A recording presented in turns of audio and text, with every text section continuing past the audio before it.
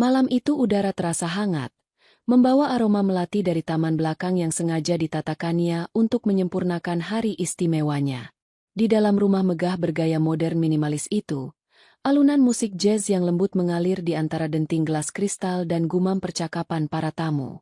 Lampu-lampu gantung yang temaram memantulkan kilaunya pada lantai marmer yang licin, menciptakan suasana elegan dan akrab. Ini adalah pesta ulang tahun Kania yang ke-30. Sebuah perayaan yang ia rancang sendiri hingga ke detail terkecil, bukan untuk memanjakan dirinya, melainkan untuk membahagiakan suaminya, Galih, dan terutama, ibu mertuanya, Hertati. Kania bergerak di antara kerumunan dengan keanggunan seekor angsa. Gaun sutra berwarna sampanye yang dikenakannya tampak sederhana namun jatuh dengan sempurna di tubuhnya yang ramping. Rambut hitam panjangnya digelung rapi, menampakkan leher jenjangnya. Senyum tak pernah lepas dari bibirnya, senyum tulus yang ia layangkan kepada setiap tamu yang menyapanya, dari rekan bisnis Galih yang penting hingga teman-teman sosialita Ibu Hertati yang menatapnya dengan pandangan menilai. Ia memastikan setiap nampan makanan tak pernah kosong, setiap gelas terisi kembali, dan setiap obrolan terasa nyaman. Ia adalah citra istri dan menantu yang sempurna, sebuah peran yang telah ia mainkan dengan sangat baik selama 5 tahun terakhir. Kania, sayang. Suara Ibu Hertati yang tajam namun dibuat semanis mungkin memanggilnya. Kania segera berbalik dan mendekati mertuanya yang sedang berdiri bersama 2 orang temannya. Gaun Ibu Hertati berkilauan, perhiasan berlian di leher dan pergelangan tangannya seolah menjeritkan status sosial. Iya, Ma. Jawab Kania lembut. Ini loh, teman-teman Mama, Bu Diana dan Bu Susi. Mereka kagum sekali dengan pestanya. Kamu memang pintar mengatur semuanya, kata Ibu Hertati, namun matanya tidak menunjukkan kekaguman yang sama. Ada kilat superioritas di sana. Tapi ya itu, semua kesempurnaan ini rasanya masih ada yang kurang. Kania tahu persis kemana arah pembicaraan ini. Ia hanya tersenyum sabar. Kurang apa ya, Ma? Biar nanti Kania tambahkan. Bu Diana, wanita dengan riasan tebal, terkekeh. Kurang suara tangis bayi. Kania, rumah sebesar ini sepi sekali kalau tidak ada penerus. Ibu Hertati menghela napas dramatis. Nah, itu dia. Mama ini sudah tidak sabar ingin menimang cucu. Galih itu anak satu-satunya. Masa nanti seluruh harta kekayaannya tidak ada yang mewarisi? Kamu dan Galih harus lebih berusaha lagi, dong. Sindiran itu, yang dilontarkan di depan orang lain, terasa seperti tamparan halus. Tapi Kania sudah terbiasa. Ia hanya menunduk sedikit, memasang ekspresi penyesalan yang terlatih. Doakan saja ya, Ma, Bu. Kami juga terus berusaha. Di seberang ruangan, Galih, suaminya, terlihat sedang tertawa bersama beberapa kolega. Ia tampak begitu gagah dalam setelan jas mahalnya. Pesonanya memancar. Namun, saat pandangan mereka tak sengaja bertemu, Kania bisa melihat keresahan di mata suaminya. Tawa itu tidak sampai ke matanya. Galih dengan cepat mengalihkan pandangan, seolah menghindari tatapan Kania. Pria itu tampak gelisah sepanjang malam, seringkali melirik ke arah ibunya, seolah mencari isyarat atau persetujuan.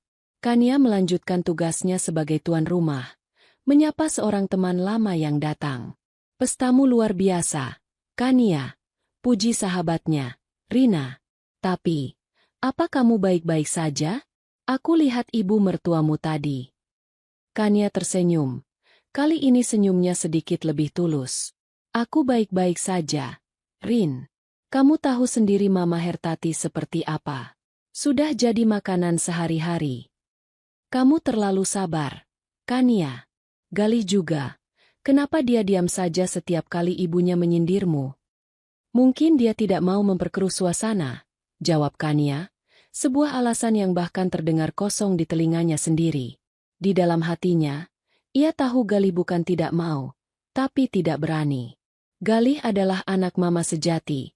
Setiap keputusan besar dalam hidupnya selalu harus melewati persetujuan ibunya. Termasuk, mungkin, keputusan yang akan diambil malam ini. Sebuah perasaan dingin merayap di punggung Kania, meski ruangan itu cukup hangat. Ia mengamati suaminya lagi. Galih sedang berbicara di telepon. Wajahnya tegang. Setelah menutup telepon, ia menghampiri ibunya dan berbisik sesuatu. Ibu Hertati tersenyum penuh kemenangan. Senyum yang membuat perut Kania terasa mulas. Ia tahu, sesuatu yang telah ia antisipasi selama beberapa bulan terakhir akan segera terjadi. Drama yang sesungguhnya akan segera dimulai. Ia menarik napas dalam-dalam, menguatkan dirinya. Selama ini ia membiarkan mereka meremehkannya, menganggapnya gadis desa beruntung yang berhasil menikahi pangeran kota. Ia membiarkan mereka berpikir bahwa ia bergantung sepenuhnya pada kekayaan keluarga Galih. Ia membiarkan mereka melihatnya sebagai sosok yang lemah, penurut, dan tidak berdaya. Semua itu adalah bagian dari permainannya, sebuah topeng yang ia kenakan dengan sabar. Malam ini, di pesta ulang tahunnya sendiri, ia akan menanggalkan topeng itu. Para hadirin sekalian, suara Galih terdengar dari pengeras suara, memecah suasana pesta. Ia berdiri di panggung kecil tempat band bermain.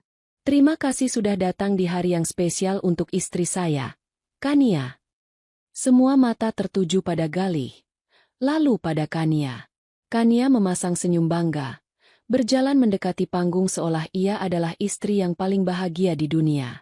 Di dalam dirinya, jantungnya berdebar bukan karena gugup, melainkan karena antisipasi. Sebentar lagi kita akan memasuki acara puncak, yaitu pemotongan kue. Tapi sebelum itu, ada satu hal lagi yang ingin kami bagikan. Sebuah kejutan. Lanjut Galih. Ia melirik ibunya, yang memberinya anggukan tegas. Kania berdiri di samping panggung, menatap suaminya. Pria yang pernah ia cintai dengan tulus. Pria yang berjanji akan selalu melindunginya. Kini, pria itu berdiri di sana, siap untuk menghancurkannya di depan semua orang yang mereka kenal. Kania balas menatapnya. Sorot matanya yang biasanya lembut kini menyimpan kilat baja yang tak terbaca oleh siapapun. Ia siap. Apapun yang akan mereka lemparkan padanya, ia akan menerimanya, lalu mengembalikannya 100 kali lipat. Pesta ini memang manis, pikirnya. Sebuah perpisahan yang manis untuk mereka semua. Tepat saat Galih selesai berbicara tentang kejutan, pintu utama rumah yang menjulang tinggi itu terbuka. Semua orang menoleh secara serempak, mengira mungkin ada tamu penting lain yang datang terlambat. Namun, yang melangkah masuk bukanlah sosok yang mereka kenal. Seorang wanita muda, mungkin beberapa tahun di bawah Kania, berdiri di ambang pintu. Ia mengenakan gaun merah menyala yang sangat ketat dan pendek, memamerkan lekuk tubuhnya tanpa malu-malu. Riasannya tebal dan menantang. Rambutnya yang diwarnai pirang tergerai kontras dengan kulitnya yang putih. Parfumnya yang menyengat langsung menyeruak, mengalahkan aroma bunga dan makanan lezat di dalam ruangan. Kehadirannya seperti memencet tombol jeda. Alunan musik mendadak terasa sumbang, dan bisik-bisik mulai merambat di antara para tamu. Mereka saling bertanya siapa gerangan wanita itu, yang tampak begitu tidak cocok dengan suasana pesta yang elegan. Ia seperti warna primer yang dilemparkan ke atas lukisan cat minyak yang tenang. Galih, yang masih berdiri di panggung, membeku. Wajahnya yang tadi tegang kini berubah pucat pasi. Setetes keringat mulai mengalir di pelipisnya. Ia menelan ludah dengan susah payah. Matanya terpaku pada wanita itu, tak berani melirik ke arah Kania. Namun, reaksi Ibu Hertati sungguh di luar dugaan. Wanita parubaya itu tidak tampak terkejut atau marah. Sebaliknya, senyum lebar dan puas terbit di wajahnya. Dengan gerakan anggun yang dibuat-buat, ia melangkah maju, melewati para tamu yang memberinya jalan dengan bingung. "Fania, sayang, akhirnya kamu datang juga," seru Ibu Hertati dengan suara yang sengaja dikeraskan, memastikan semua orang mendengarnya. Ia memeluk wanita bernama Fania itu dengan hangat, seolah menyambut seorang menantu kesayangan. "Ayo, masuk. Jangan berdiri di situ." Pemandangan itu menjawab semua pertanyaan di benak para tamu dan menimbulkan ribuan pertanyaan baru. Atmosfer yang tadinya hanya tegang kini berubah menjadi pekat oleh drama. Semua orang sadar, mereka akan menyaksikan sebuah pertunjukan yang tidak ada dalam agenda acara. Di tengah pusaran kekacauan itu, Kania tetap diam di tempatnya. Ia tidak bergeming. Tangannya yang memegang segelas air mineral bahkan tidak bergetar. Matanya dengan tenang mengamati setiap detail pemandangan di hadapannya. Ia melihat kepanikan di wajah Galih, kepuasan di wajah Ibu Hertati, dan keangkuhan di wajah Fania. Wanita itu balas menatapnya dari seberang ruangan. Sebuah senyum kemenangan yang mengejek tersungging di bibirnya yang dilapisi lipstik merah darah. Rina, sahabatnya, sudah berdiri di sampingnya, menggenggam lengannya dengan cemas. Kania, siapa perempuan itu? Apa-apaan ini? Bisiknya panik. Kania menoleh pada Rina. Senyumnya masih terpasang dengan sempurna. Tenang saja, Rin. Nikmati pertunjukannya. Jawabnya dengan suara yang begitu tenang hingga terdengar ganjil. Ibu Hertati kini menuntun Fania berjalan melewati kerumunan, memamerkannya seperti sebuah piala. Ia sengaja berhenti di dekat beberapa kelompok sosialita paling berpengaruh. Kenalkan, ini Fania, calon. Ibu Hertati berhenti sejenak, melirik ke arah Kania dengan tatapan menghina. Keluarga kami, wanita yang cerdas, modern, dan dari keluarga terpandang. Tentu saja, yang paling penting, dia subur. Penekanan pada kata, subur, begitu jelas. Sebuah belati yang ditancapkan langsung ke jantung Kania di depan umum. Beberapa tamu wanita tersentak kaget. Sementara yang lain mulai berbisik lebih kencang. Mereka menatap Kania dengan campuran rasa kasihan dan penasaran. Fania menikmati setiap detiknya. Ia mengaitkan lengannya di lengan Ibu Hertati. Dagunya terangkat angkuh. Ia merasa seperti pemenang. Ia berhasil masuk ke dalam benteng ini. Diundang langsung oleh sang ratu, Ibu Hertati. Ia melirik Galih yang masih mematung di panggung, memberinya tatapan penuh arti yang seolah berkata, "Sekarang, lakukan bagianmu." Didorong oleh tatapan Fania dan anggukan perintah dari ibunya, Galih akhirnya bergerak. Ia tampak seperti boneka tali yang dikendalikan oleh dua dalang. Ia turun dari panggung, langkahnya berat dan ragu-ragu. Ia tidak berani menatap langsung ke kerumunan, apalagi ke arah istrinya. Ia berjalan menghampiri Ibu Hertati dan Fania. "Nah, ini dia pangeran kita," kata Ibu Hertati sambil menepuk-nepuk punggung anaknya. "Galih, ayo, berdiri di samping Fania. Kalian pasangan yang serasi sekali." Fania langsung menempelkan dirinya pada Galih. Tangannya melingkar di lengan suaminya dengan posesif. Galih tidak menolak, meski tubuhnya kaku seperti papan. Kini, mereka bertiga berdiri di tengah ruangan, menjadi pusat perhatian. Sebuah keluarga baru yang aneh, terbentuk di atas penderitaan seorang wanita yang hari ini seharusnya menjadi ratu pesta. Kania masih mengamati dari kejauhan. Ia membiarkan mereka memainkan peran mereka. Ia membiarkan semua mata menatapnya dengan iba. Ia membiarkan bisik-bisik itu menjadi semakin keras, menebak-nebak nasibnya. Di dalam kepalanya, sebuah jam hitung mundur terus berdetak. Sebentar lagi gilirannya akan tiba. Ia melihat beberapa rekan bisnis penting Galih mulai menunjukkan ekspresi tidak nyaman. Skandal seperti ini tidak baik untuk citra perusahaan. Mereka menatap Galih dengan kecewa.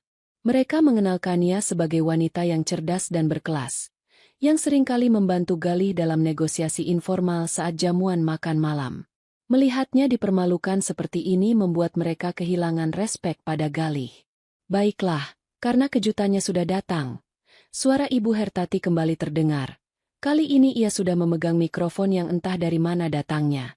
"Sepertinya ini waktu yang tepat untuk meluruskan beberapa hal, sebelum kita melanjutkan ke acara potong kue." Ia menatap lurus ke arah Kania. Senyumnya dingin dan kejam. "Ada beberapa orang yang memang sudah tidak pantas lagi berada di lingkaran keluarga kami." Semua orang menahan napas. Mereka tahu badai akan segera pecah. Kania menegakkan punggungnya. Ia meletakkan gelasnya di atas meja terdekat dengan gerakan pelan dan mantap. Ia siap menghadapi badai itu, bukan untuk berlindung, tetapi untuk menari di tengahnya. Pertunjukan baru saja dimulai. Dan ia adalah sutradara yang selama ini bersembunyi di balik layar. Mikrofon di tangan Ibu Hertati mendesis sejenak sebelum suaranya yang tajam dan terkontrol memenuhi keheningan yang canggung. Semua pergerakan di ruangan itu berhenti. Para pramusaji membeku di tempat. Para tamu menahan napas. Bahkan alunan musik jazz yang tersisa dari band seolah lenyap di telan bumi. Yang ada hanya panggung dadakan di tengah ruangan. Tempat Ibu Hertati berdiri sebagai hakim, dan Kania, yang berdiri di kejauhan, sebagai terdakwa. Selamat malam sekali lagi, Bapak, Ibu, dan saudara sekalian. Ibu Hertati memulai. Suaranya dilapisi nada keprihatinan palsu yang membuat perut Kania mual. Saya, sebagai ibu dari Galih Prakoso, merasa punya tanggung jawab moral untuk meluruskan beberapa hal. Saya tahu, ini adalah hari ulang tahun menantu saya, Kania. Dan percayalah, tidak ada yang lebih saya inginkan selain kebahagiaan untuknya dan untuk anak saya satu-satunya. Ia berhenti, membiarkan kalimatnya meresap. Sebuah taktik yang sering ia gunakan dalam rapat-rapat arisan untuk memenangkan argumen. Ia memposisikan dirinya sebagai ibu yang bijaksana dan penuh penderitaan. Namun, lanjutnya, nadanya kini berubah menjadi lebih serius. Sebuah bangunan rumah tangga haruslah dibangun di atas pondasi yang kokoh. Kebahagiaan sejati tidak bisa dipaksakan. Selama 5 tahun ini, kami sekeluarga telah bersabar. Kami telah menunggu dengan penuh harapan. Kami memberikan segalanya, kemewahan, status, nama baik keluarga. Kami mengangkat Kania dari kehidupannya yang biasa saja, memberinya dunia yang mungkin tidak pernah ia impikan. Beberapa teman sosialita Ibu Hertati mengangguk-angguk setuju. Tatapan mereka pada Kania kini penuh dengan cemoohan. Kania bisa merasakan puluhan pasang mata menusuknya, mengulitinya lapis demi lapis. Ia tidak membalas tatapan mereka. Matanya tetap lurus tertuju pada mertuanya. Wajahnya tenang tanpa ekspresi. Ketenangannya yang ganjil itu justru membuat Ibu Hertati semakin jengkel. Ia ingin melihat Kania menangis, memohon, hancur. Tapi apa yang kami dapatkan sebagai balasannya? Suara Ibu Hertati meninggi, syarat dengan tuduhan. Kekosongan. Rumah sebesar ini terasa hampa. Tidak ada tawa seorang anak. Tidak ada harapan akan adanya seorang penerus. Sebagai seorang istri, tugas utama adalah memberikan keturunan untuk melanjutkan nama keluarga. Sebuah tugas sederhana yang bahkan tidak bisa ia penuhi. Kata-kata itu seperti batu yang dilemparkan ke tengah kolam yang tenang. Riaknya menyebar ke seluruh ruangan, menciptakan desas-desus yang riuh. Tuduhan, mandul, kini telah diucapkan secara terbuka, di depan ratusan orang. Rina, sahabat Kania, mengepalkan tangannya dengan geram dan hendak melangkah maju, namun sebuah lirikan tajam dari Kania menghentikannya. Lirikan itu berkata, "Bukan sekarang." Enggo. Di dalam dirinya, Kania merasakan sesuatu yang dingin dan keras terbentuk. Bukan rasa sakit, bukan kesedihan. Itu adalah baja. Setiap hinaan yang dilontarkan Ibu Hertati adalah tempaan palu yang membuat baja di dalam dirinya semakin kuat dan tajam. Ia ingat semua kunjungan ke dokter yang ia lakukan sendirian karena Galih selalu sibuk dengan pekerjaan. Ia ingat hasil tes yang menyatakan dirinya sehat dan subur. Dan saran dokter agar suaminya juga memeriksakan diri. Saran yang ditolak mentah-mentah oleh Galih dan Ibu Hertati karena tidak mungkin ada yang salah dengan seorang Prakoso. Seorang pria, seorang pemimpin seperti anak saya, butuh pendamping yang sepadan. Seru Ibu Hertati. Kini ia menarik Fania untuk berdiri lebih dekat dengannya. Bukan hanya sekadar pajangan cantik yang tidak memiliki nilai. Ia butuh wanita cerdas. Dari keluarga terpandang, yang bisa memberikannya segalanya. Yang bisa memberikannya seorang putra.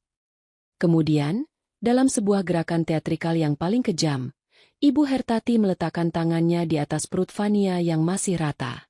Ia mengelusnya dengan lembut. Seolah di sana ada sebuah harta karun yang tak ternilai. Dan Tuhan telah menjawab doa-doa kami. Ia mengumumkan dengan suara bergetar penuh kemenangan. Fania, wanita hebat ini, akan memberikan kami apa yang selama ini kami dambakan. Dia sedang mengandung cucu saya. Dia membawa di dalam rahimnya, penerus dari keluarga Prakoso. Bom itu akhirnya meledak. Keheningan yang terjadi setelahnya begitu total, hingga suara es batu yang mencair di dalam gelas pun bisa terdengar. Rahang para tamu serentak jatuh. Ini bukan lagi sekadar drama keluarga biasa.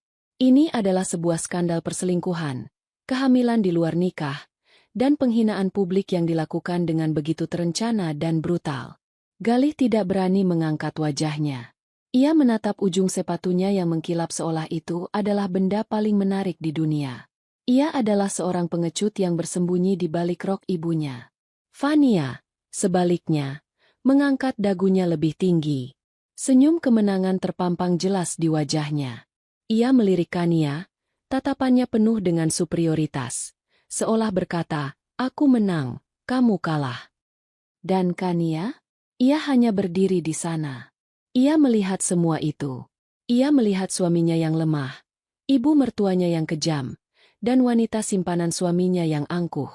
Mereka bertiga, trio yang sempurna dalam pengkhianatan. Ia menarik napas perlahan, menghembuskannya tanpa suara. Ia tidak hancur. Ia justru merasa lega. Topeng yang selama ini ia kenakan terasa begitu berat, dan malam ini, mereka sendiri yang telah merobeknya dari wajahnya. Mereka telah membebaskannya.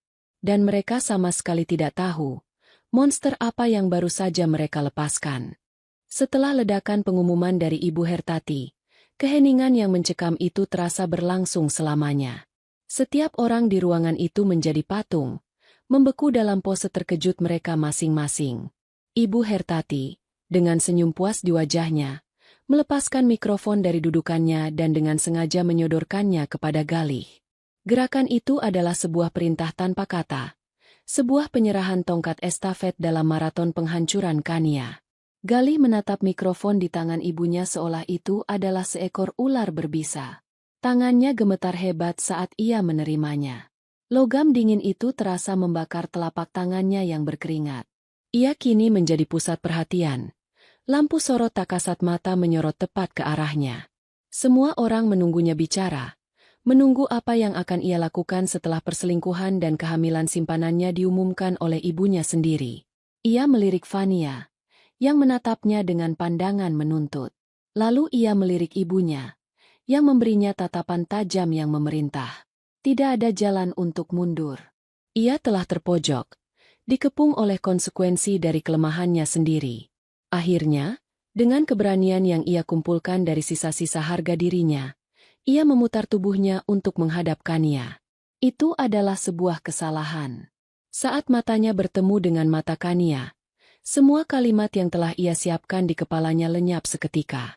Ia mengharapkan air mata, kemarahan, atau setidaknya tatapan terluka. Tapi ia tidak menemukan semua itu. Mata Kania begitu tenang, begitu dalam, dan begitu dingin. Seperti menatap permukaan danau beku di tengah musim dingin. Tidak ada riak emosi sama sekali. Di dalam ketenangan itu, Galih justru merasakan ketakutan yang luar biasa, seolah ia sedang ditatap oleh seorang hakim yang akan segera membacakan vonis matinya. Ia berdeham, mencoba membersihkan tenggorokannya yang terasa tercekat. "Kania!" Suaranya keluar lebih serak dan lemah dari yang ia inginkan. Ia mencoba lagi. "Kania, aku maaf." Kata, "maaf." Itu terdengar begitu dangkal, begitu tidak berarti setelah penghinaan yang baru saja terjadi. Kania tidak merespons. Ia hanya terus menatapnya, membiarkan Galih menggantung di atas jurang rasa bersalahnya sendiri. Kesunyian Kania adalah bentuk siksaan yang paling efektif. "Jangan jadi pengecut. Galih, selesaikan apa yang sudah kita mulai." Bisik Ibu Hertati tajam dari belakangnya. Cukup keras untuk didengar oleh orang-orang terdekat. Ditusuk oleh kata-kata ibunya, Galih memejamkan matanya sejenak. Ia mengambil napas yang bergetar. Saat ia membuka matanya lagi, ia membuang pandangannya dari Kania, menatap ke dinding kosong di belakang istrinya. Ia tidak sanggup lagi bertemu dengan mata itu. Ini semua demi kebaikan kita." Ia mulai mengoceh. Kata-katanya keluar dengan cepat dan tidak beraturan. "Pernikahan kita sudah tidak sehat. Kita sudah tidak sejalan lagi. Aku butuh penerus. Kania. Keluarga Prakoso butuh penerus. Dan kamu. Kamu tidak bisa memberikannya padaku. Fania bisa. Ini bukan salahmu sepenuhnya. Ini salah kita. Tapi kita harus realistis. Kita tidak bisa melanjutkan ini. Setiap kata yang keluar dari mulutnya adalah justifikasi yang menyedihkan. Ia mencoba melukis dirinya sebagai korban keadaan, bukan sebagai pelaku pengkhianatan. Para tamu mendengarkan dengan perasaan campur aduk antara jijik dan kasihan. Mereka menyaksikan seorang pria menghancurkan istrinya sambil berusaha menyelamatkan citranya sendiri, dan gagal total dalam keduanya. Kania masih diam. Ia membiarkan Galih menyelesaikan semua alasan busuknya. Ia memberikan panggung sepenuhnya kepada suaminya itu, untuk terakhir kalinya. Ia ingin seluruh dunia mendengar betapa rendahnya pria yang pernah ia sebut sebagai pelindungnya. Akhirnya, Galih sampai pada puncak dari sandiwaranya. Ia mengangkat mikrofon lebih dekat ke bibirnya. Suaranya kini sedikit lebih keras, dipaksakan untuk terdengar tegas. Maka dari itu, di hadapan semua orang yang menjadi saksi, di hari ulang tahunmu ini, aku. Ia berhenti, menelan ludah. Ini adalah titik di mana tidak ada lagi jalan kembali. Aku, Galih Prakoso, dengan sadar dan atas keinginanku sendiri, menolak kamu. Ia menarik napas terakhir. Aku ceraikan kamu, Kania Prameswari. Kata-kata itu, talak itu, meluncur di udara dan menghantam keheningan ruangan seperti godam. Brutal, tajam, dan final. Sebuah pekikan tertahan terdengar dari arah Rina. Beberapa tamu wanita menutup mulut mereka dengan ngeri. Ibu Hertati dan Fania tersenyum penuh kemenangan. Misi mereka telah berhasil. Galih sendiri tampak limbung setelah mengucapkan kalimat itu. Bahunya merosot, seolah seluruh energi dalam tubuhnya telah terkuras habis. Ia telah melakukan hal terkejam dalam hidupnya. Semua orang kini menatap Kania, menunggu reaksinya. Mereka menunggu ia ambruk, menangis histeris, atau setidaknya menunjukkan tanda-tanda kehancuran. Tapi Kania, sekali lagi, mengejutkan mereka semua. Ia tidak ambruk. Ia tidak menangis.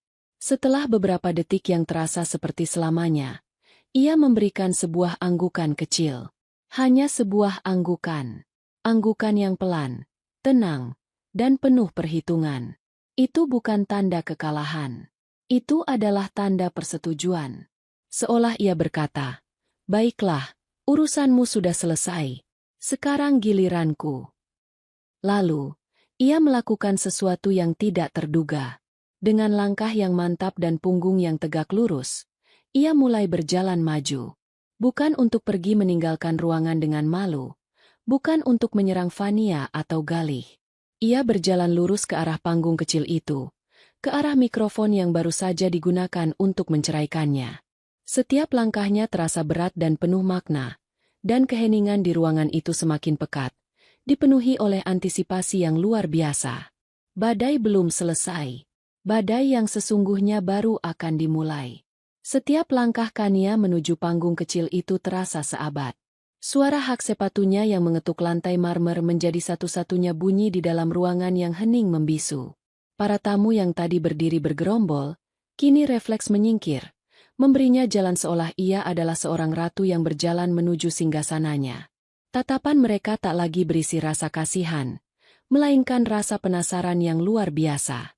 Apa yang akan dilakukan oleh wanita yang baru saja diceraikan dan dipermalukan di depan umum ini? Galih masih berdiri mematung di dekat mikrofon. Wajahnya pucat dan bingung. Ia melihat Kania mendekat, dan untuk sesaat, instingnya menyuruhnya untuk menghentikan wanita itu, untuk mencegah drama ini menjadi lebih jauh. Tapi saat Kania sampai di hadapannya dan mengangkat wajah menatapnya, Galih merasa seluruh kekuatannya terkuras habis. Tatapan Kania yang dingin dan kosong itu seolah melumpuhkannya. Tidak ada permohonan, tidak ada kemarahan, hanya jurang ketenangan yang dalam dan menakutkan. Kania tidak merebut mikrofon itu. Dengan gerakan yang pelan dan anggun, ia mengulurkan tangannya. Galih, seperti robot yang diperintah, melepaskan genggamannya dan membiarkan Kania mengambil alih benda itu. Sebuah serah terima kekuasaan yang sunyi namun begitu simbolis. Kania menyesuaikan ketinggian tiang mikrofon itu sedikit, Sebuah gerakan kecil yang menunjukkan bahwa ia tidak terburu-buru. Ia memegang kendali penuh. Ia menarik napas, bukan karena gugup, tapi untuk mengumpulkan semua ketenangan yang ia miliki. Lalu, ia menatap ke arah kerumunan. Matanya menyapu setiap wajah yang menatapnya dengan penuh antisipasi. "Selamat malam." Suaranya terdengar jernih dan stabil melalui pengeras suara, tanpa sedikit pun getaran. Suaranya yang lembut kini memiliki bobot yang tidak pernah didengar siapapun sebelumnya. "Pertama-tama, saya ingin mengucapkan terima kasih. Terima kasih atas hadiah ulang tahun yang sungguh tak terlupakan ini." Ia berhenti sejenak. Matanya kini tertuju pada Galih dan Ibu Hertati yang berdiri terpaku. Nada suaranya yang datar membuat kata hadiah dan tak terlupakan terdengar seperti hinaan yang paling tajam. "Terima kasih, Mas Galih. Dan juga, Mama Hertati." Lanjutnya, "Kalian telah memberikan saya sebuah pertunjukan yang sangat jujur malam ini. Sebuah pertunjukan tentang siapa diri kalian sebenarnya." Ibu Hertati mendengus. Tampak mulai tidak sabar dengan ketenangan Kania. "Sudah, Kania. Tidak perlu bersandiwara lagi. Pergi dari sini dan jangan pernah menunjukkan wajahmu lagi di hadapan kami." Kania mengabaikan seruan itu sepenuhnya. Seolah Ibu Hertati hanyalah seekor lalat yang mendengung. Ia kembali menatap para tamu. "Saya yakin, Bapak dan Ibu sekalian datang ke sini untuk merayakan ulang tahun saya, bukan untuk menyaksikan sebuah drama keluarga. Untuk itu, saya minta maaf atas ketidaknyamanannya. Tapi karena drama ini sudah dimulai oleh mereka, izinkan saya untuk menyelesaikannya." Ia berbalik sedikit. Tubuhnya kini menghadap langsung pada trio pengkhianat itu. Suaminya, ibu mertuanya, dan wanita simpanan suaminya. 5 tahun, kata Kania. Suaranya kini sedikit lebih rendah, lebih personal. 5 tahun saya menjadi istri Galih dan menantu Mama. 5 tahun saya mencoba menjadi semua yang kalian inginkan. Saya menjadi istri yang penurut, menantu yang berbakti, tuan rumah yang sempurna. Saya mengecilkan diri saya sendiri agar kalian bisa merasa besar. Saya menyembunyikan siapa diri saya agar kalian bisa merasa superior. Fania tertawa kecil, tawa yang meremehkan. "Menyembunyikan diri? Memangnya kamu itu siapa? Kamu itu bukan siapa-siapa tanpa kami." Kania tersenyum tipis mendengar itu. Sebuah senyum yang sama sekali tidak mencapai matanya. "Kamu benar," katanya pada Fania. Membuat wanita itu terkejut. "Aku memang bukan siapa-siapa di mata kalian. Dan itulah kesalahan terbesar kalian." Ia kembali memusatkan perhatiannya pada Galih. "Kamu bilang, pernikahan kita harus berakhir karena aku tidak bisa memberimu apa-apa. Kamu bilang, aku ini beban yang hanya menikmati kemewahan darimu. Kamu merasa telah mengangkat derajatku. Bukan begitu?" Galih tidak menjawab. Ia hanya menatap Kania dengan pandangan bingung dan waspada. "Betapa ironisnya," lanjut Kania. Suaranya seperti bisikan dingin yang bisa didengar semua orang. "Karena kenyataannya adalah sebaliknya. Semua yang kamu miliki, Galih, semua yang kamu banggakan, semua yang membuat ibumu dan wanita simpananmu itu rela menempel padamu seperti lintah, semua itu berasal dariku." Sebuah gumaman ketidakpercayaan menyebar di antara para tamu. Apa maksud wanita ini? Apakah ia sudah kehilangan akal sehatnya karena syok? Ibu Hertati tertawa keras. Tawa yang dibuat-buat untuk menutupi kegelisahannya. "Omong kosong. Kamu sudah gila. Kania, kamu tidak punya apa-apa. Kamu datang ke keluarga ini hanya dengan baju di badanmu. Jangan mengarang cerita untuk menyelamatkan harga dirimu yang sudah hancur." Serangan verbal itu tidak lagi mempan. Kania hanya menatap mertuanya dengan tatapan kasihan. "Mama selalu menilai orang dari apa yang terlihat di permukaan, ya? Selalu mengukur segalanya dengan materi. Baiklah, kalau begitu, mari kita bicara dengan bahasa yang Mama mengerti." Ia kembali menatap Galih. Matanya kini menajam seperti mata elang yang mengunci mangsanya. "Mas Galih," panggilnya. Nadanya kini berubah menjadi formal dan dingin, seperti seorang atasan yang berbicara pada bawahannya. Kamu yakin sudah memikirkan semua ini masak-masak? Kamu yakin keputusanmu untuk menceraikan saya malam ini adalah keputusan yang tepat? Ia berhenti sejenak, membiarkan pertanyaannya menggantung di udara. Karena keputusanmu itu tidak hanya akan mengakhiri pernikahan kita, tapi juga akan mengakhiri segalanya untukmu. Bukan hanya konsekuensi personal, tapi juga konsekuensi profesional. Kata profesional itu diucapkannya dengan penekanan yang tajam. Kata itu terasa begitu asing dan tidak pada tempatnya. Namun justru karena itulah, kata itu berhasil membungkam seluruh ruangan dan menanamkan benih ketakutan pertama di dalam hati Galih dan Ibu Hertati. Kata profesional itu tergantung di udara seperti pedang. Galih mengerutkan keningnya, berusaha mencerna ancaman aneh dari wanita yang selama ini ia kenal sebagai istri rumah tangga biasa. Apa yang bisa dilakukan Kania pada karirnya? Mengadu pada atasannya? Membuat cerita di media sosial? Semua itu terdengar konyol dan putus asa. Hah, Ibu Hertati tertawa sinis, memecah keheningan. Ancaman macam apa itu? Kamu pikir kamu siapa? Kania, kamu mau mengancam anakku dengan karirnya? Memangnya kamu punya kuasa apa? Jangan membuat dirimu terlihat lebih menyedihkan lagi. Galih, didukung oleh ejekan ibunya, menemukan sedikit keberaniannya kembali. Sudahlah, Kania, hentikan omong kosong ini. Terima saja kenyataannya.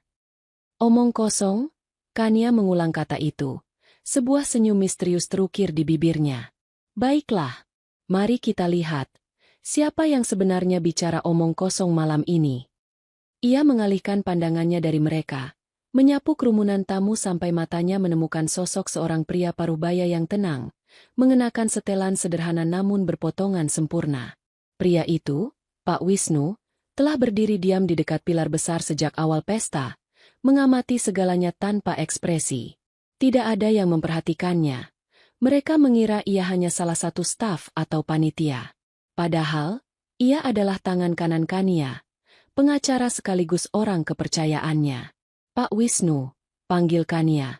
Suaranya tenang dan penuh otoritas. Pak Wisnu mengangguk sekali dan melangkah maju. Ia mengeluarkan sebuah tablet dari tas kerjanya dan dengan beberapa sentuhan, layar proyektor besar di belakang panggung yang tadi digunakan untuk menampilkan tayangan slide foto kenangan Kania dan Galih, kini menyala kembali. Tapi yang muncul bukanlah foto-foto bahagia. Layar itu kini menampilkan sebuah bagan korporasi yang rumit, penuh dengan kotak dan garis yang menghubungkan nama-nama perusahaan besar. Para tamu yang sebagian besar adalah pebisnis langsung mengenali beberapa nama itu. Itu adalah nama-nama perusahaan raksasa di berbagai sektor industri. Galih, kata Kania, tanpa mengalihkan pandangannya dari layar. Kamu bekerja di PT Cakrawijaya, kan? Sebuah perusahaan properti yang cukup disegani. Galih mengangguk ragu. Firasatnya mulai sangat tidak enak. Posisimu manajer senior. Kamu mendapatkan gaji 6 digit setiap bulan, bonus tahunan yang fantastis, fasilitas mobil Eropa terbaru, dan tentu saja rumah dinas mewah yang kita tempati ini. Kania menyebutkan semua itu satu persatu, setiap kata seperti paku yang menancap di peti mati karir Galih. Kamu pasti sangat bangga dengan pencapaianmu itu. Di layar proyektor, Pak Wisnu kini memperbesar salah satu bagian dari bagan itu. Di sana, terpampang logo PT Cakrawijaya.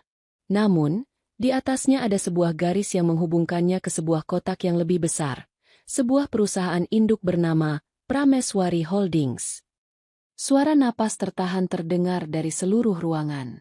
Prameswari, nama keluarga Kania. Sayang sekali, Galih, lanjut Kania, nadanya kini tanpa emosi, seperti membacakan sebuah laporan. PT Cakrawijaya hanyalah salah satu dari sekian banyak anak perusahaan yang sepenuhnya dimiliki oleh Prameswari Holdings. Jantung Galih serasa berhenti berdetak. Matanya terpaku pada layar. Otaknya berputar mencoba menyangkal apa yang ia lihat. Ibu Hertati dan Fania juga ternganga. Mulut mereka terbuka karena syok. Pak Wisnu kembali menyentuh tabletnya. Layar proyektor kini berganti, menampilkan profil Dewan Direksi dari Prameswari Holdings. Foto-foto para direktur terpampang di sana. Dan di posisi paling atas, di dalam kotak terbesar dengan jabatan, Presiden Direktur pemilik saham mayoritas, terpampang foto wajah Kania yang tenang dan berwibawa.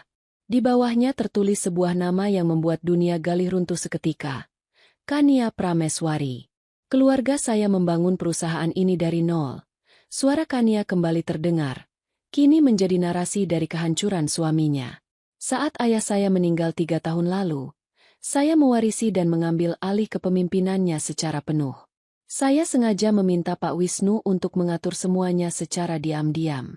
Saya tidak menggunakan nama Prameswari dalam kehidupan sehari-hari. Saya ingin menemukan seseorang yang bisa mencintai saya, Kania, apa adanya.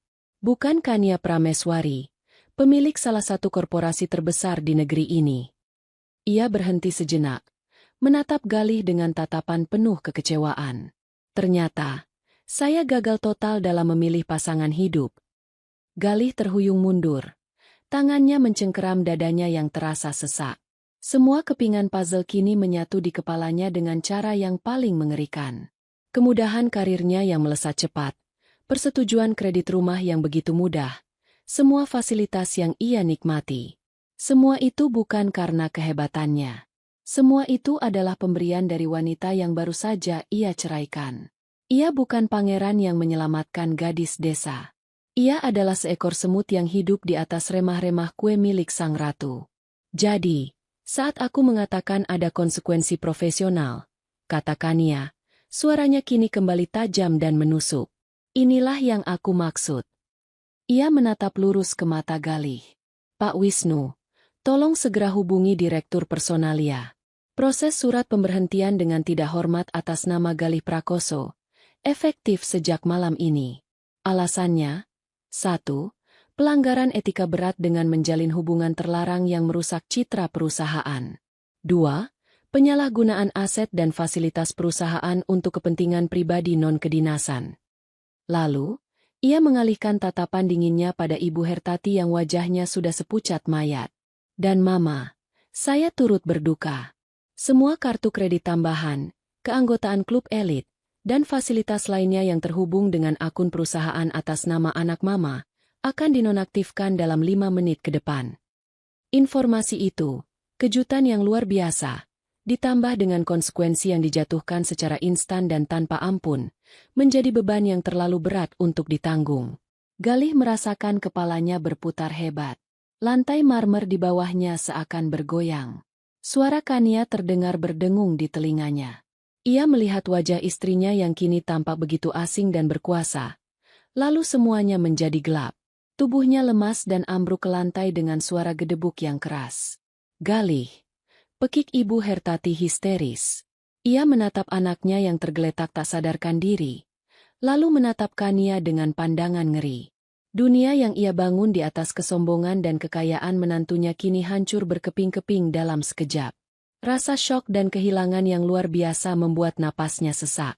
Matanya berputar ke atas, dan tubuhnya yang gemuk ikut limbung, jatuh pingsan di samping putranya. Fania membeku di tempatnya, menatap dua orang yang menjadi tumpuan harapannya kini terkapar tak berdaya di lantai. Ia menatap Kania, sang ratu yang baru saja menunjukkan kekuasaan absolutnya. Di tengah kekacauan itu, di antara para tamu yang panik, Kania hanya berdiri tegak, memegang mikrofon, menatap reruntuhan yang baru saja ia ciptakan dengan tatapan yang dingin dan tak tergoyahkan. Kekacauan meledak di detik berikutnya. Para tamu yang tadinya hanya menjadi penonton bisu, kini bereaksi serempak. Beberapa wanita menjerit kaget, beberapa pria melangkah maju seolah ingin membantu. Sementara yang lain hanya bisa menatap nanar pada dua tubuh yang tergeletak di lantai marmer yang dingin.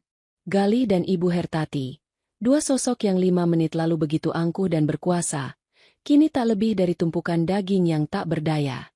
Pesta ulang tahun yang mewah itu telah berubah menjadi lokasi bencana sosial. Di tengah kepanikan itu, hanya ada satu orang yang tetap tenang. Kania. Ia masih berdiri di panggung kecilnya. Mikrofon masih tergenggam di tangannya. Ia menarik napas dalam-dalam, dan suaranya kembali membelah keributan itu. Kali ini lebih keras dan penuh perintah. Tenang, Bapak dan Ibu sekalian. serunya. Nadanya begitu tegas hingga semua orang seketika terdiam dan menoleh padanya. Mohon jangan panik. Tidak ada yang perlu dikhawatirkan. Mereka hanya sedikit terkejut. Sindiran dingin dalam kata-katanya membuat beberapa orang bergidik. Kania kini bukan lagi Kania yang mereka kenal. Wanita di atas panggung itu adalah seorang komandan yang sedang mengendalikan medan perangnya. Ia memberi isyarat kepada dua pria berbadan tegap yang mengenakan setelan gelap, yang sejak tadi berdiri tidak mencolok di dekat pintu keluar. Mereka bukan panitia acara biasa, melainkan tim keamanan pribadinya. Bawa mereka berdua ke ruang kerja di belakang. Jangan panggil ambulans, cukup panggil tim medis yang sudah siaga di pos keamanan. Perintah itu mengungkapkan tingkat perencanaannya yang luar biasa. Ia sudah mengantisipasi kemungkinan adanya drama, bahkan sampai menyiapkan tim medisnya sendiri. Ia tidak mau ada sirene ambulans yang menarik perhatian lebih besar.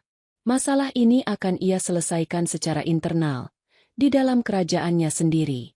Kedua petugas keamanan itu bergerak dengan efisien. Dengan bantuan beberapa staf, mereka mengangkat tubuh Galih dan Ibu Hertati yang lemas, membawa mereka pergi dari pusat perhatian, menyingkirkan sampah dari panggung utama. Kini, hanya tersisa Fania yang berdiri sendirian di tengah ruangan. Ia tampak seperti tersesat. Topeng keangkuhannya luntur total, digantikan oleh ekspresi bingung dan ketakutan.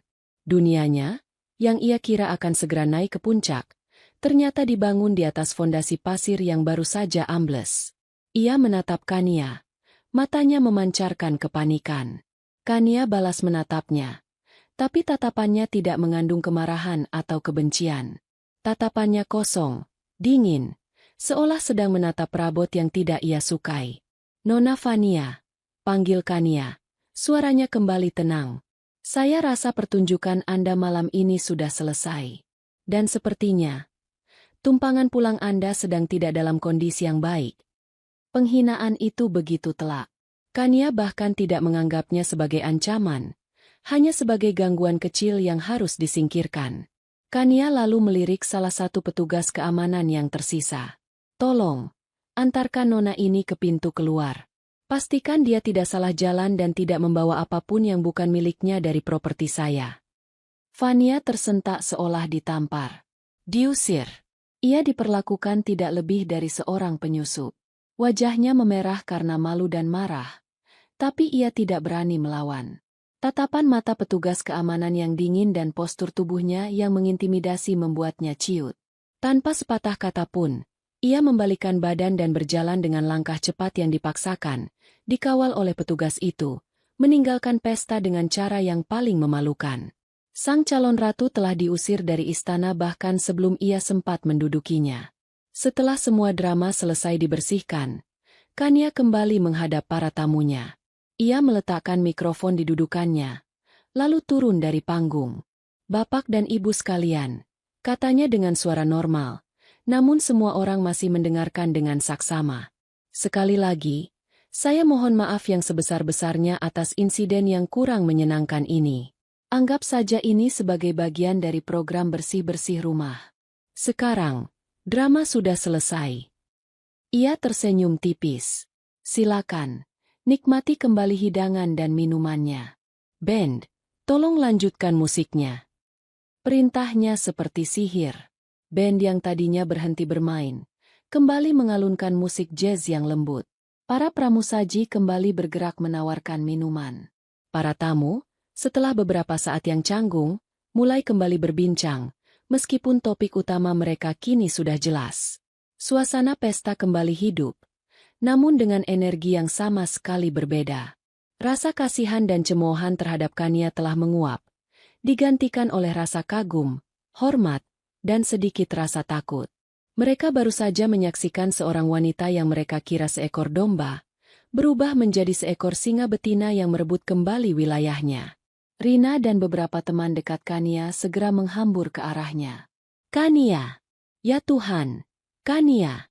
Aku tidak tahu harus berkata apa. Seru Rina. Matanya berbinar-binar karena takjub. Kamu pemilik semua ini? Selama ini. Kania akhirnya tersenyum. Kali ini senyum yang tulus dan sedikit lelah. Ceritanya panjang, Rin. Sangat panjang. Aku hanya lelah bersandiwara. Sandiwara? Ini bukan sandiwara. Ini pertunjukan abad ini, kata teman yang lain. Aku tidak pernah merasa begitu puas melihat orang sombong jatuh seperti tadi. Kania tertawa kecil. Tawa pertama yang terdengar lepas malam itu. Sudah, jangan dibahas lagi. Aku hanya ingin menikmati sisa malam ulang tahunku dengan teman-teman terbaikku. Ia mengambil segelas sampanye dari nampan yang lewat. Ia mengangkatnya sedikit, bukan untuk bersulang pada hari kelahirannya, tapi untuk merayakan kelahirannya kembali. Malam itu, topengnya telah runtuh, dan untuk pertama kalinya dalam 5 tahun, Kania Prameswari akhirnya menunjukkan wajahnya yang asli kepada dunia. Dan dunia, ternyata, menyukainya. Fajar menyingsing di ufuk timur, mengirimkan berkas-berkas cahaya keemasan yang menembus jendela kaca raksasa dari lantai ke langit-langit. Di bawah sana, kota metropolitan baru saja menggeliat dari tidurnya. Jalanan mulai dipadati oleh kendaraan yang tampak seperti semut dari ketinggian ini. Tapi di dalam ruangan ini, di kantor penthouse yang menempati seluruh lantai teratas sebuah gedung pencakar langit, suasana sudah sibuk sejak 1 jam yang lalu. Kania Prameswari duduk di belakang meja kerjanya yang terbuat dari kayu eksolit. Tidak ada lagi gaun sutra berwarna sampanye. Pagi ini, ia mengenakan setelan blazer berwarna biru tua yang tajam. Rambutnya diikat ekor kuda yang rapi dan fungsional. Di hadapannya terhampar beberapa dokumen dan sebuah tablet yang menampilkan grafik saham. Tidak ada jejak kelelahan atau sisa emosi dari drama semalam di wajahnya. Yang ada hanyalah fokus dan aura kekuasaan yang tak terbantahkan. Ini adalah habitat aslinya. Ini adalah singgasananya. Sebuah ketukan pelan terdengar di pintu, dan Pak Wisnu masuk, membawa tabletnya sendiri. Selamat pagi, Bu Kania. Sapanya dengan nada hormat. Pagi, Pak Wisnu. Bagaimana laporannya? Tanya Kania langsung ke inti permasalahan. Matanya tak lepas dari layar di hadapannya. Semua sudah dieksekusi sesuai perintah Ibu tadi malam. Pak Wisnu memulai laporannya dengan efisien. Tim medis menyatakan Pak Galih dan Bu Hertati hanya mengalami syok berat. Mereka siuman sekitar pukul 2 pagi. Setelah dipastikan kondisi mereka stabil, tim kami telah mengantar mereka pulang. Pulang ke rumah saya? Tanya Kania. Akhirnya mengangkat pandangannya. Bukan, Bu. Kami mengantar mereka ke kediaman lama Bu Hertati di pinggir kota, sesuai data alamat keluarga yang kami miliki. Kami juga memesankan taksi biasa untuk mereka. Jelas Pak Wisnu. Sebuah senyum tipis terbit di bibir Kania. Sebuah detail kecil yang kejam namun efektif. Ia tidak akan membiarkan mereka menikmati fasilitasnya bahkan untuk 1 malam terakhir. Bagus, kata Kania.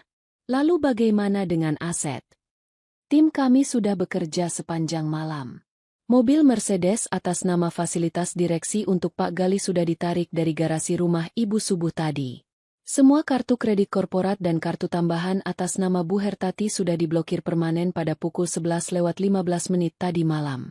Tim legal juga sedang menyiapkan surat resmi untuk pengosongan rumah dinas. Mereka diberi waktu 7 hari untuk mengambil barang-barang pribadi mereka. 7 hari itu terlalu lama. Berikan 3 hari. Koreksi Kania dengan dingin. Saya mau tempat itu steril pada akhir pekan ini. Baik, Bu. Akan saya sampaikan. Catat Pak Wisnu. Surat pemberhentian Pak Gali juga sudah berada di meja Direktur Personalia. Tinggal menunggu tanda tangan digital dari Ibu.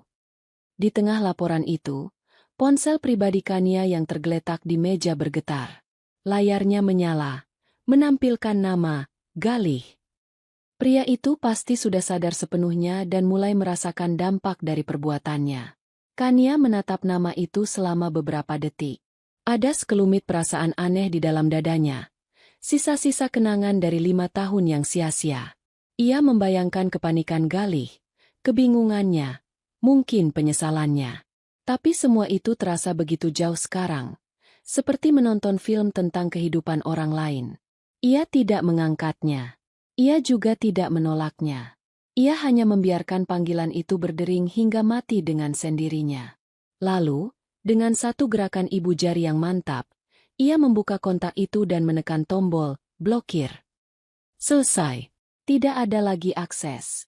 Tidak ada lagi jalan kembali. Ada lagi, Pak Wisnu? Tanya Kania. Perhatiannya kembali sepenuhnya pada pekerjaan.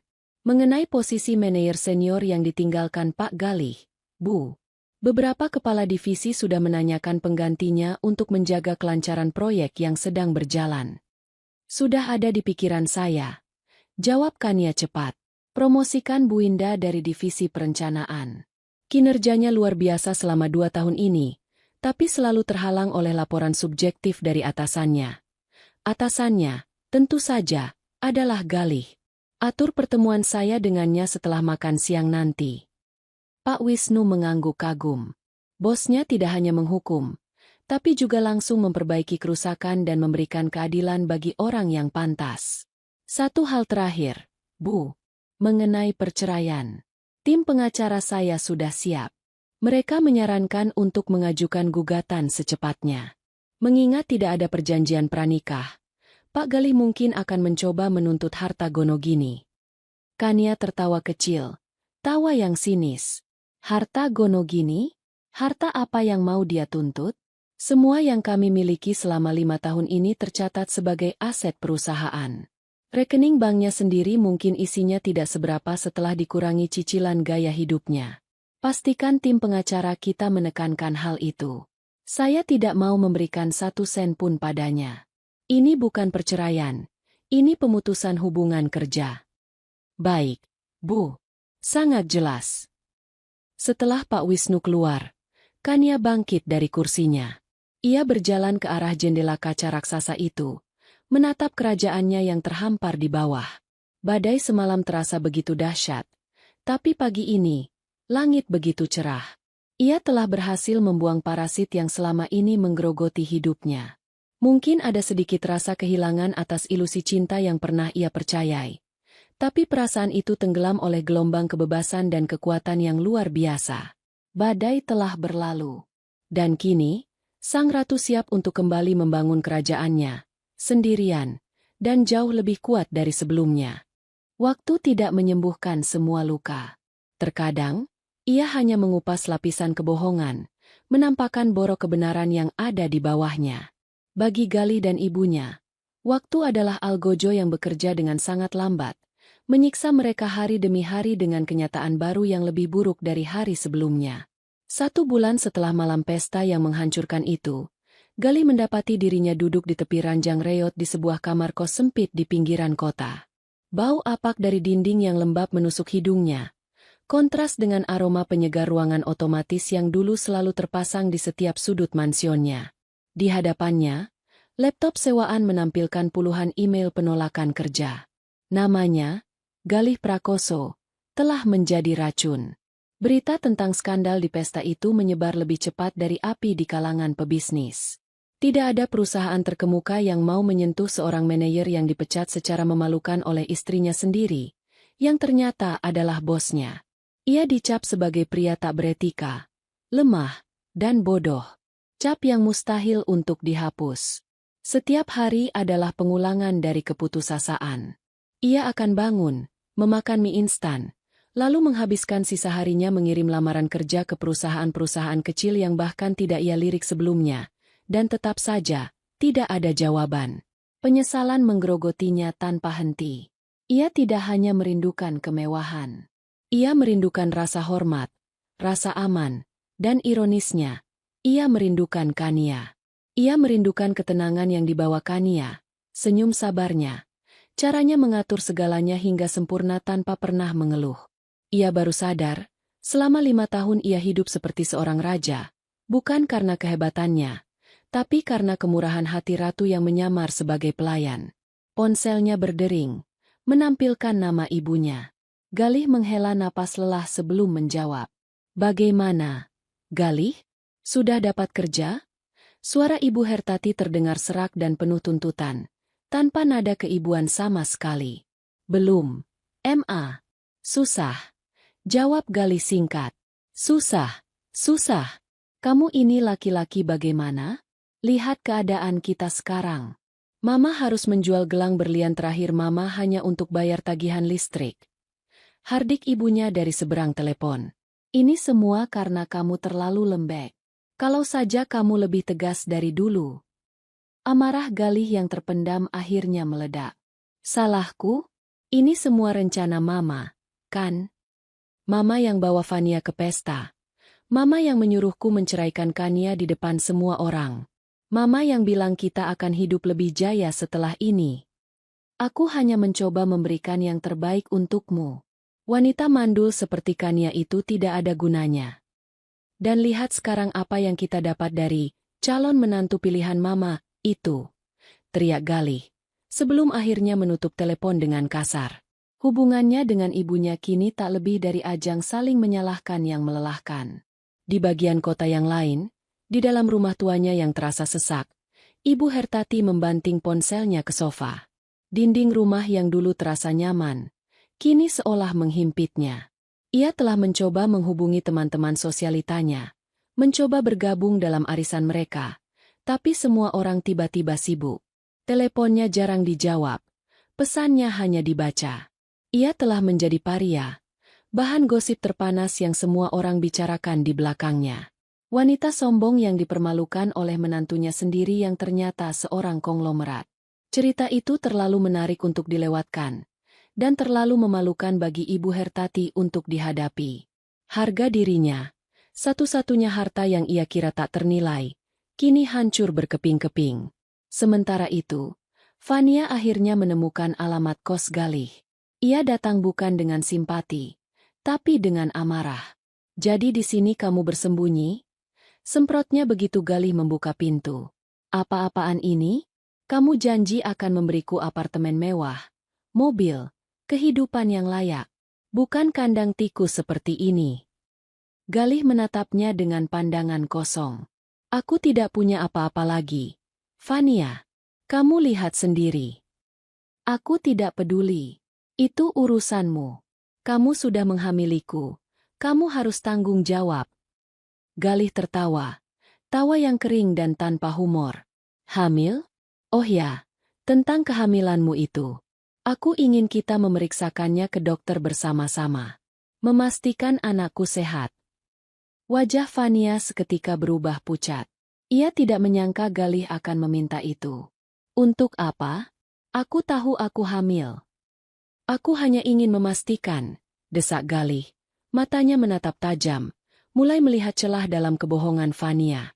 Terpojok, Fania akhirnya meledak. Oke, puas. Aku tidak hamil. Akunya dengan suara melengking. Itu hanya cara yang disarankan tanteku, ibumu, untuk mempercepat semuanya. Cara untuk menyingkirkan istrimu yang mandul itu dan mengamankan posisiku. Pengakuan itu adalah pukulan terakhir bagi Galih. Jadi, semuanya adalah kebohongan. Kehamilan itu, cinta Fania, semua janji manis itu. Ia telah mengorbankan segalanya demi sebuah fata morgana yang diciptakan oleh 3 orang paling egois yang pernah ia kenal. Ibunya, Fania, dan dirinya sendiri. Pergi, bisik Galih. Suaranya bergetar karena amarah dan rasa muak. Apa? Aku bilang, pergi dari sini, teriaknya. Aku tidak mau melihat wajahmu lagi. Fania mendengus. Baik, aku juga tidak sudi berlama-lama dengan pecundang sepertimu. Ia berbalik dan pergi, membanting pintu di belakangnya, meninggalkan Galih sendirian di tengah puing-puing kehidupannya. Beberapa hari kemudian, surat gugatan cerai dari pengacara Kania tiba. Isinya singkat, jelas, dan brutal.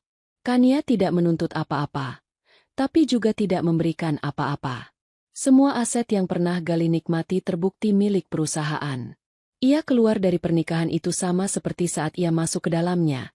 Hanya saja kali ini ia membawa serta hutang, nama yang buruk, dan rasa malu yang tak akan pernah bisa ia lunasi. Harga sebuah pengkhianatan ternyata adalah kebangkrutan total, baik secara finansial maupun moral. 1 tahun kemudian, di sebuah aula konferensi yang megah di Singapura, ribuan pasang mata tertuju pada sosok wanita yang berdiri dengan tenang di atas panggung. Dengan setelan berwarna gading yang elegan dan rambut yang tertata rapi, Ia memancarkan aura kepercayaan diri dan kecerdasan yang memukau. Di layar besar di belakangnya, terpampang logo Prameswari Holdings yang kini menjadi salah satu pemain utama dalam investasi regional. Inovasi bukanlah tentang menciptakan sesuatu yang baru dari ketiadaan. Suara Kania Prameswari terdengar jelas dan mantap di seluruh ruangan. Tetapi tentang melihat apa yang semua orang lihat, dan memikirkan apa yang tidak pernah dipikirkan orang lain. Ini tentang keberanian untuk mengubah perspektif. Ia berbicara selama 30 menit, memaparkan visi perusahaannya, strateginya dalam menghadapi tantangan ekonomi global, dan komitmennya pada pembangunan berkelanjutan. Tidak ada teks, tidak ada keraguan. Setiap kata mengalir dari pemahaman yang mendalam dan gairah yang tulus. Saat ia menyelesaikan presentasinya, tepuk tangan riuh membahana, sebuah pengakuan tulus dari para pemimpin bisnis dan investor paling berpengaruh di Asia. Setelah turun dari panggung, ia langsung disambut oleh Bu Indah, wanita yang ia promosikan untuk menggantikan posisi Galih. Dalam setahun, di bawah kepemimpinan Bu Indah yang suportif, divisi itu berkembang pesat. Paparan yang luar biasa, bukan ia, puji Bu Indah. Beberapa investor dari Jepang tadi langsung meminta jadwal pertemuan lanjutan. Terima kasih, Winda. Itu berkat kerja keras timmu juga. Jawab Kania sambil tersenyum hangat. Tolong atur pertemuannya. Tapi setelah itu, saya mau waktu luang sore ini. Ada tempat yang ingin saya kunjungi. Sore harinya, Kania tidak pergi berbelanja atau menghadiri jamuan bisnis lainnya. Ia pergi ke sebuah galeri seni kecil yang terletak di jalan yang tenang. Ia berjalan sendirian di antara lukisan dan patung, menikmati keheningan dan keindahan di sekelilingnya. Ia telah menemukan kembali kesenangan-kesenangan kecil dalam hidupnya. Hal-hal yang pernah ia lupakan saat sibuk mencoba menjadi orang lain. Ia berhenti di depan sebuah lukisan abstrak dengan dominasi warna biru dan emas, menggambarkan badai dan secercah cahaya fajar. Ia menatapnya lama, seolah berkaca. Ponselnya bergetar. Sebuah pesan dari Rina, sahabatnya, menampilkan foto Rina bersama suami dan bayi laki-lakinya yang baru lahir. Di bawahnya ada tulisan, "Kami merindukanmu, Tante Kania." Kania tersenyum tulus. Ia tidak lagi merasakan sakit atau iri saat melihat kebahagiaan orang lain. Hatinya sudah utuh. Rasa sakit karena pengkhianatan Galih dan Ibu Hertati telah memudar, meninggalkan bekas luka yang tipis, sebuah pengingat permanen tentang betapa kuatnya ia sebenarnya. Ia tidak lagi membenci mereka. Ia hanya merasa kasihan, lalu melupakan mereka, karena mereka tidak lagi relevan dalam hidupnya yang baru. Ia terlalu sibuk membangun masa depannya untuk terus menengok ke masa lalu yang kelam. Malam itu, kembali di kamar hotelnya yang mewah, ia berdiri di dekat jendela, menatap gemerlap lampu kota Singapura. Setahun yang lalu, ia merayakan ulang tahunnya dengan air mata dan penghinaan. Setahun yang lalu, dunianya runtuh. Tapi dari reruntuhan itu, ia membangun kembali sebuah istana yang jauh lebih megah, di atas pondasi kekuatannya sendiri. Ia tidak lagi mencari cinta untuk melengkapi dirinya, karena ia sadar ia tidak kurang suatu apapun. Ia sudah utuh. Kebahagiaannya tidak lagi bergantung pada validasi seorang pria atau mertua. Kebahagiaannya adalah miliknya sendiri, ditempa dari kerja keras, integritas, dan keberanian untuk menjadi dirinya sendiri. Ia teringat pada Galih untuk sesaat. Sebuah kabar angin yang ia dengar dari seorang kenalan mengatakan pria itu kini bekerja sebagai staf penjualan level bawah di sebuah kota kecil, sementara ibunya hidup menumpang pada kerabat jauh. Sebuah akhir yang menyedihkan, tapi itu adalah cerita mereka, bukan lagi ceritanya. Kania mengangkat gelas berisi air putih, menyulangkannya pada pantulan dirinya di kaca jendela. Menyulangkan untuk wanita yang telah melewati badai dan keluar menjadi pemenang. Menyulangkan untuk masa depan yang cerah dan tak terbatas. Langit di hadapannya begitu luas, dan untuk pertama kalinya dalam hidupnya, ia merasa memiliki sayap yang cukup kuat untuk menjelajahi setiap sudutnya. Fajar yang baru telah tiba, dan ini adalah harinya. 5 tahun telah berlalu. Waktu adalah arus yang bisa membawa sebagian orang ke muara kesuksesan, sementara menenggelamkan yang lain ke dasar palung keputusasaan. Di sebuah kota kecil yang panas dan berdebu, ratusan kilometer dari gemerlap ibu kota, Galih Prakoso menyeka keringat di dahinya dengan punggung tangan. Ia baru saja selesai memeriksa stok di gudang distributor tempatnya bekerja. Di usianya yang mendekati 40, garis-garis kelelahan sudah terukir permanen di wajahnya. Rambutnya mulai menipis, dan perutnya sedikit membuncit. Ia adalah kepala gudang, sebuah posisi yang ia dapatkan setelah 3 tahun bekerja serabutan. Ini adalah puncak karir barunya, sebuah puncak yang terasa seperti lembah jika dibandingkan dengan kehidupannya yang dulu. Ia masuk ke sebuah warung makan sederhana di seberang jalan untuk makan siang. Warung itu pengap, hanya ada satu kipas angin yang berputar lamban di langit-langit. Di sudut ruangan, sebuah televisi tabung tua menyiarkan sebuah program berita bisnis. Galih biasanya tidak peduli, tapi hari ini, sebuah nama yang disebutkan oleh pembawa berita membuatnya membeku, dengan sendok yang terangkat di depan mulutnya. Kania Prameswari, CEO dari Prameswari Holdings, hari ini kembali membuat gebrakan dengan meluncurkan Prameswari Foundation, sebuah yayasan filantropi dengan dana awal 5 triliun rupiah yang akan fokus pada beasiswa pendidikan untuk anak-anak di daerah tertinggal. Layar televisi kini menampilkan wajah Kania. Wanita itu sedang diwawancarai di sebuah acara yang tampak sangat bergengsi. Dan ya Tuhan, waktu begitu baik padanya. Kania tampak lebih cantik, lebih bercahaya, dan lebih berwibawa dari yang pernah ia ingat. Ia berbicara dengan fasih dan penuh gairah tentang misinya untuk pendidikan. Tidak ada lagi jejak istri sederhana yang penurut. Yang ada di layar itu adalah seorang raksasa, seorang visioner yang dihormati. Di belakangnya, grafis menampilkan gedung pencakar langit Prameswari Holdings yang menjulang gagah.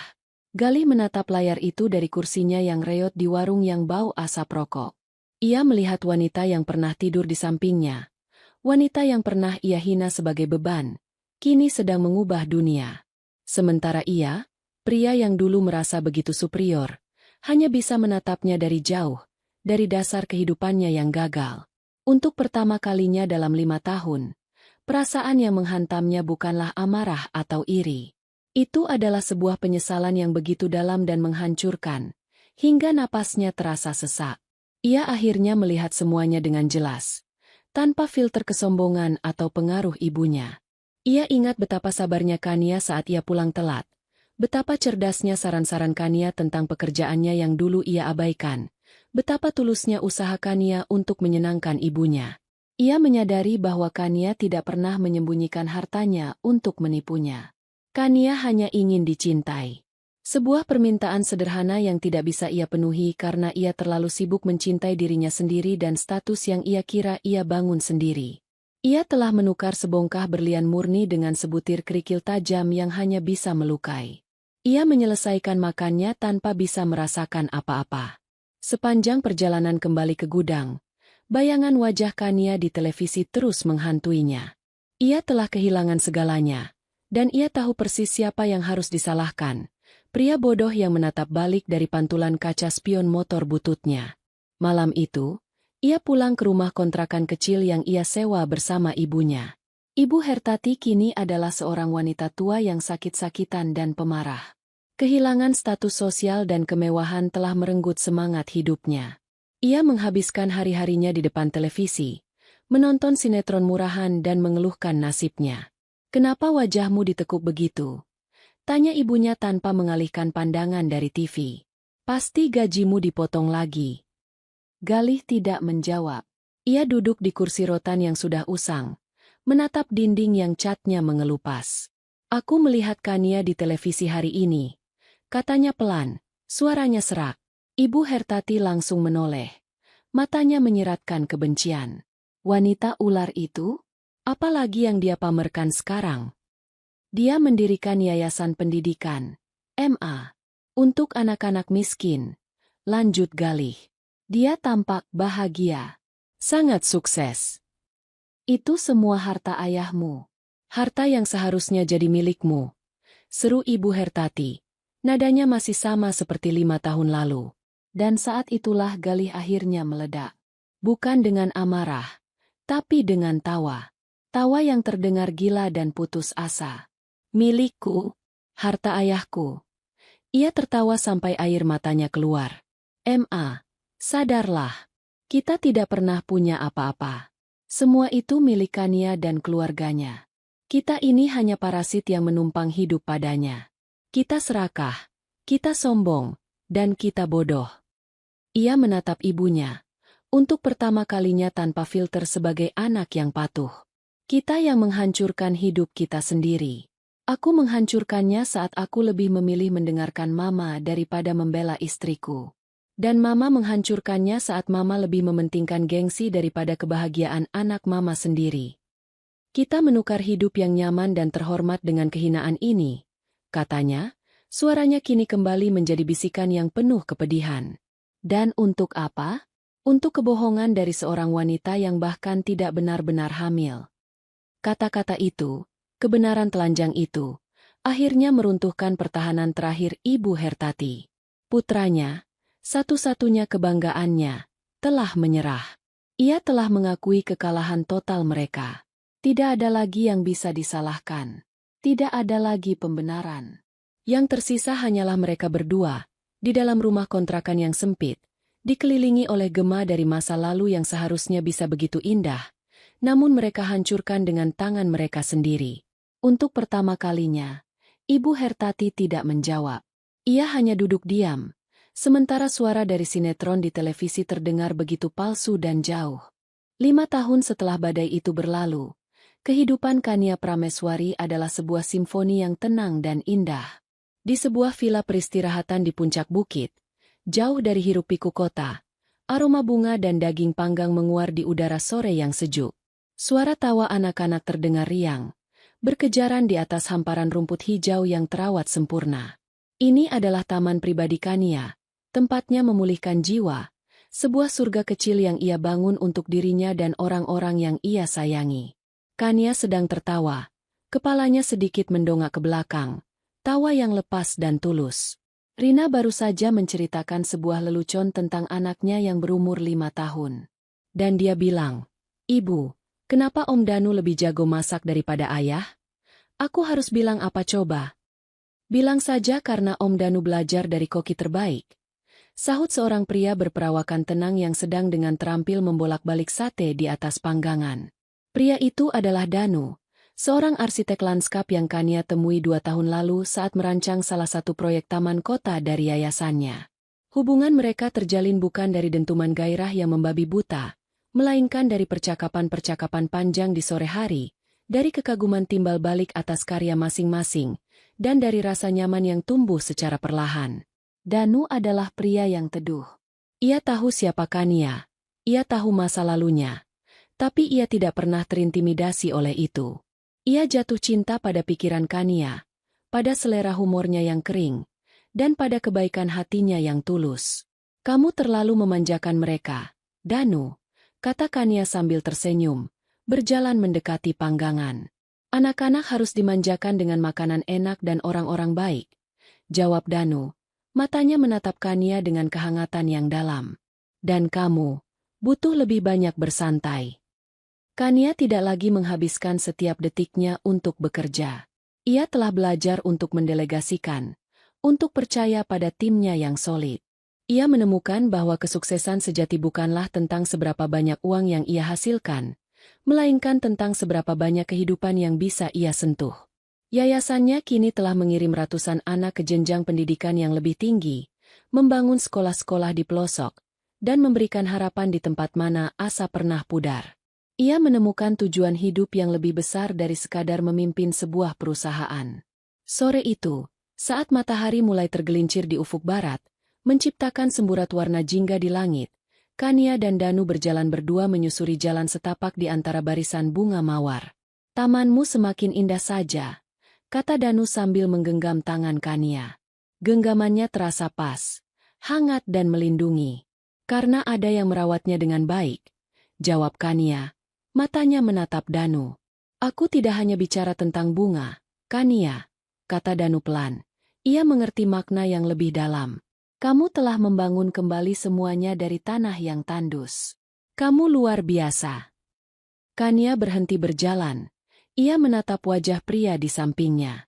Pria yang tidak pernah menuntutnya untuk menjadi orang lain, yang justru mendorongnya untuk menjadi versi terbaik dari dirinya sendiri. Pria yang mencintainya dengan tenang, dengan tulus, tanpa syarat. Ia teringat pada pernikahannya yang dulu. Sebuah sangkar emas yang megah namun dingin. Ia mengira kebahagiaan adalah tentang memiliki segalanya, tentang terlihat sempurna di mata dunia. Betapa salahnya ia. Kini ia tahu, kebahagiaan bukanlah sesuatu yang diberikan orang lain padamu. Kebahagiaan adalah sesuatu yang kamu tanam sendiri, kamu sirami dengan kesabaran, kamu pupuki dengan kebaikan, dan kamu lindungi dari hama-hama beracun. Terima kasih, bisikannya. Suaranya tulus. Karena telah membantuku merawat taman ini. Danu tersenyum. Ia mengecup kening Kania dengan lembut. Di kejauhan, tawa riang anak Rina masih terdengar.